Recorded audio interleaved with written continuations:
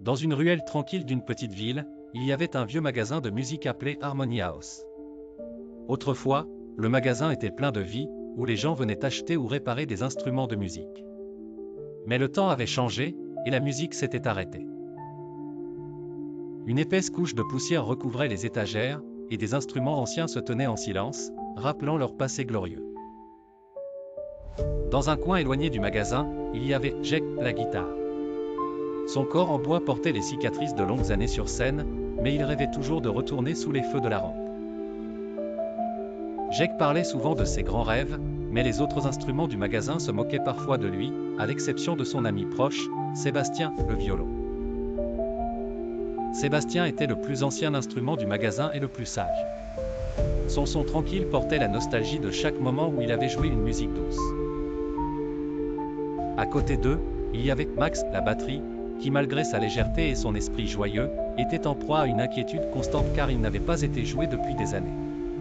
Une nuit, alors que tout le monde était plongé dans ses rêves, un groupe d'instruments modernes est entré dans le magasin. Ils étaient brillants et élégants, parlant à voix haute et se vantant de leurs caractéristiques avancées. Parmi eux se trouvait une nouvelle guitare électrique, un synthétiseur sophistiqué et un amplificateur intelligent. Ils se sont moqués des vieux instruments en disant « Votre temps est révolu. Qui a besoin d'instruments comme vous à notre époque? Les gens veulent de la technologie, de la rapidité et de la modernité. » Jake a été blessé par les mots, mais il ne s'est pas laissé abattre. Il a dit à Sébastien et Max, « Nous ne pouvons pas les laisser effacer notre valeur. Nous n'avons pas besoin d'être modernes pour faire de la musique. Tout ce qu'il nous faut, c'est travailler ensemble. » Sébastien hocha la tête en accord et dit, « Mais nous avons besoin d'un plan. Nous devons leur montrer que la vraie musique ne meurt pas. » Les amis ont réfléchi longuement et ont décidé de former un groupe de musique et de donner un spectacle pour regagner leur respect.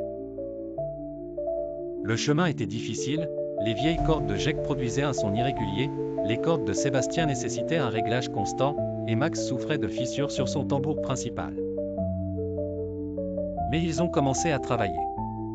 Jake a aidé à régler le son de Sébastien, tandis que Max effectuait des réparations temporaires en utilisant des pièces d'instruments anciens dans le magasin. Cette nuit-là, après des jours d'entraînement, ils ont transformé le coin arrière du magasin en une petite scène.